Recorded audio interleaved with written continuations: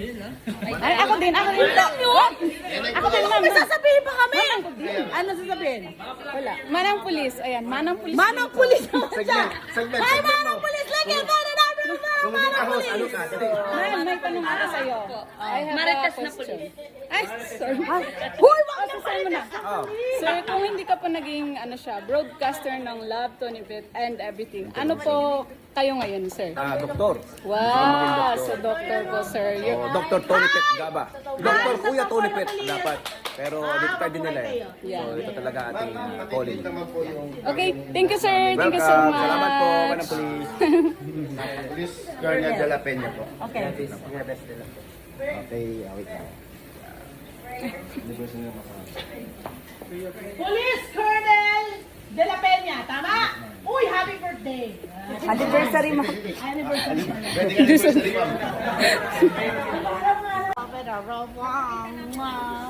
Ma'am, isa na lang, ma'am. Sorry, ma'am.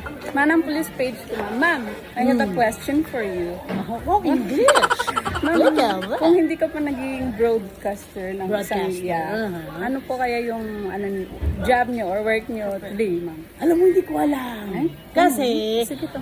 oo, kasi, hindi ko plan to eh. I think plan ni God to. So, hindi ko alam. Kung ano yung ako naman ay, kung ano yung ibibigay ng Diyos, sigurado ko yun yung makakabuti sa akin. At yung possible na pwedeng yung role na ibibigay niya ay pwede rin makatulong sa kapwa mo, yung gano'n. So, ako naman parang ngayon pag may mga dumarating, pag may mga dumarating na opportunity lang naman, hindi ko pinalalampas yun. Yes, ma'am. Pero pag halimbawa hindi nag-push through yung opportunity na binigay sa akin, halimbawa hindi nag-flourish, gano'n, tinatanggap ko siya as something na parang redirection. Hindi siya failure kasi sa lahat ng mistake, failure, 'di ba? Meron kang natututunan din. Yes. Meron kang laging nakukuhang learning, pabaon, mga ganyan, 'di ba? Yes, So ang buhay ay isang malaking eskwelahan, isang mahusay na teacher. Para kung paano mo diba? Kung paano mo gawin. Anta mo, isang tanong lang sinayo, ang dami natin Pero pag-usapan. masaya Pero ka naman, alam mo ma'am. ba nangyari sa mga kapitbahay nyo? Hindi ba ganun yun? Di ba ganun yun?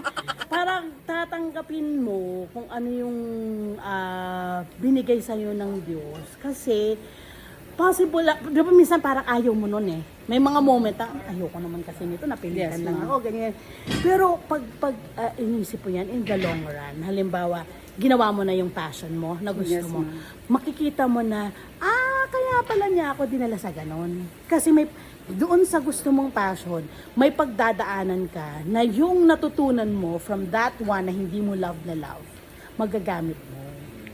So, Grabe na. laging may reason, hindi pwedeng wala. Yes, everything happens for a reason, ma'am. Heartaches, challenges, financial man yan, relationship, everything.